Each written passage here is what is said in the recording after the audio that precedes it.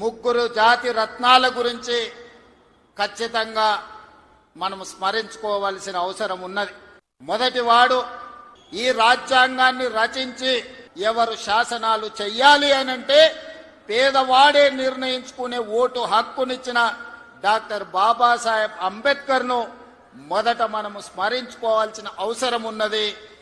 ఇక రెండవ తరం శ్రీమతి ఇందిరా గాంధీ నాయకత్వ లక్షణాలను చాటి చెప్పిన ఉక్కు మహిళ శ్రీమతి ఇందిరా గాంధీ గారు.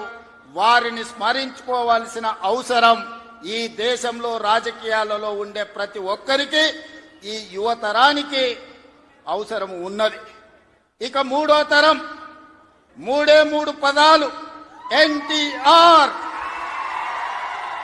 ఈ మూడు అక్షరాలు నీతి, నిజాయితీ, నిబద్ధత, ఉక్కు సంకల్పం కలిగిన నాయకుడు ఎవరైనా ఉన్నారు ఈ దేశంలో అంటే తెలుగు జాతి గర్వించదగ్గ బిడ్డ ఎన్టీఆర్.